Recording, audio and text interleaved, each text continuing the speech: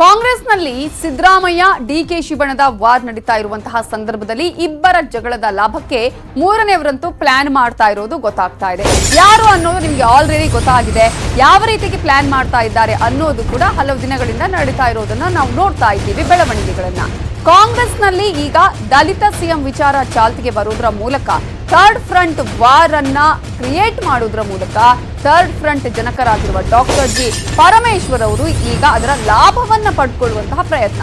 ದಲಿತ CM ಆಗೋಕೆ ಇದೇ chance ಅನ್ನುವಂತಹ ಪ್ಲಾನ್ ಇದೆ. ಸಿದ್ದರಾಮಯ್ಯ ಡಿಕೆಶಿ ಬಿಟ್ಟು ಮೂರನೇ ಬಣಕ್ಕೆ ಸಿದ್ಧತೆಯನ್ನ ಮಾಡಿಕೊಂಡಿದ್ದು ಎಲೆಕ್ಷನ್ ತನಕ ದಲಿತ ಸಿಎಂ ವಿಚಾರವನ್ನ ಜೀವಂತವಾಗಿಡೋದು, ಒಬಿಸಿ ಸೇರಿ ಇತರೆ ಸಮುದಾಯಕ್ಕೂ ಆದ್ಯತೆ ಕೊಡುವ ಭರವಸೆಯನ್ನ ಇಟ್ಕೊಂಡಿರೋದು, ಸಿದ್ದರಾಮಯ್ಯ ಡಿಕೆಶಿ ಬಣದಿಂದ ದೂರ ಇರೋದು, ಸಿದ್ದು ಡಿಕೆಶಿ ವಿರೋಧಿಗಳನ್ನ ಸೆಳೆಯೋದು, ಕಾಂಗ್ರೆಸ್ನಲ್ಲೇ ಥರ್ಡ್ ಫ್ರಂಟ್ ರಚನೆಗೆ ಸಿದ್ಧತೆಯನ್ನ ಮಾಡಿಕೊಳ್ತಾ ಇರೋದು. ಸೊ ಎಲ್ಲವೂ ಕೂಡ ಈಗ ಅಟ್ ದ ಸೇಮ್ ಟೈಮ್ ನಡೀತಾ ಇದೆ.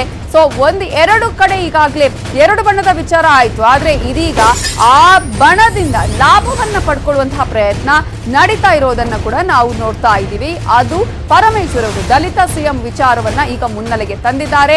ಆ ಮೂಲಕ 2 ವರ್ಷಗಳ ಕಾಲ, ಇನ್ನೂ ಕೂಡ 2 ವರ್ಷ ಹತ್ರ ಎಲೆಕ್ಷನ್ ಇರೋದ್ರಿಂದ ಆ ವಿಚಾರವನ್ನ ಅಲ್ಲಿವರೆಗೂ ಜೀವಂತವಾಗಿಸಿಕೊಂಡು ಇದನ್ನ ಬೇಳೆ ಬೇಯಿಸಿಕೊಳ್ಳುವಂತಹ ಪ್ರಯತ್ನಗಳು ಅಲ್ಲಿ ನಡೀತಾ ಇದೆ.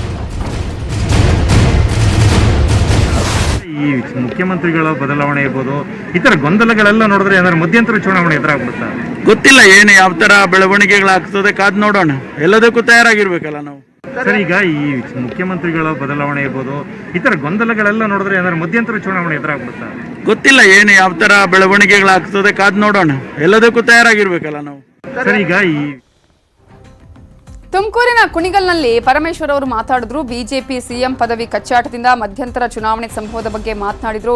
ಯಾವ ಬೆಳವಣಿಗೆ ಆಗುತ್ತೋ ಗೊತ್ತಿಲ್ಲ, ಎಲ್ಲದಕ್ಕೂ ನಾವು ತಯಾರಿರಬೇಕು ಅಂತ ಹೇಳಿದ್ರು. ಆದ್ರೆ ಯಾರಿಗೆ ಹೇಳಿದ್ರು ಅನ್ನೋದೇ ಅಲ್ಲಿ ನಿಗೂಢ ಆಗಿತ್ತು. ಅವರ ಮಾತನ್ನ ಕೂಡ ನೋಡಿದ್ವಿ ನಾವು, ಯಾವ ರೀತಿಯಾಗಿ ಆ ಒಂದು ಹೇಳಿಕೆ ಕೊಟ್ರು ಅನ್ನೋದನ್ನ.